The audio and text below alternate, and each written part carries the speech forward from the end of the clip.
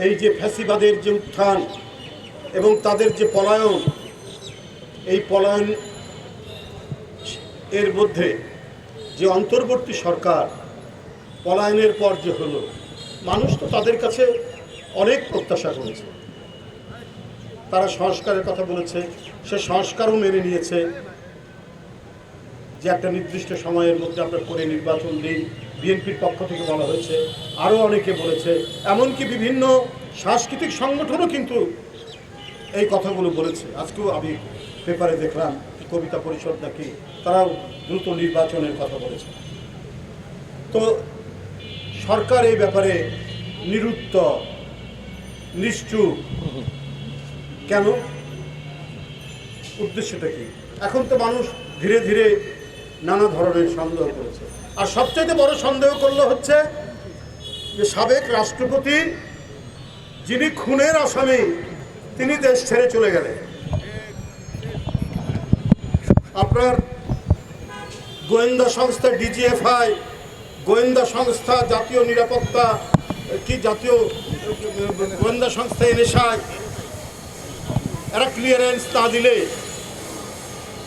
কি করে উনি যেতে পারেন?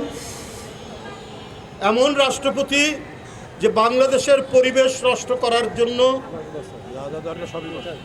যার বিচার হওয়া উচিত, আমাদের হাওর বাওর, আমাদের খাল বিল, আজকে আন্তর্জাতিকভাবে মানুষ আন্দোলন করছে এগুলো রক্ষার জন্য, তিনি তার এলাকা কিশোরগঞ্জের বিশাল হাওরের মধ্যে বিশাল এক রাস্তা বানিয়েছেন তার বাড়ি বানানোর, তার বাড়িতে পৌঁছানোর জন্য। এই হচ্ছে সাবেক রাষ্ট্রপতি। কারণ উনি ফ্যাসিবাদের প্রতিনিধি, উনি রাষ্ট্রপতি, কিন্তু উনি তো শেখ হাসিনার কথাই চলতেন। অতএব শেখ হাসিনার যা মাইন্ডসেট, যা মানসিকতা, উনারও তাই মানসিকতা, দুইজনের মধ্যে তো পার্থক্য হবে না। তাহলে সেই ব্যক্তি চলে গেলেন, তার তো লাল পাসপোর্ট আছে, এটা কি সরকার জানতো না? তার লাল পাসপোর্ট বাতিল করা হয়নি, এটা তো সরকার জানে। এটা কি এনএসআই ডিজিএফআই জানে না? তাহলে কি করে যেতে পারলো? আমরা শুনেছি একজন খুব শক্তিশালী উপদেষ্টা রয়েছেন ইয়ের মধ্যে, কি বলে, যিনি মানে সমস্ত স্বরাষ্ট্র ব্যবস্থাটা তিনি দেখেন, তার নাম খোদাবক্স সাহেব, খুব নাকি পাওয়ারফুল।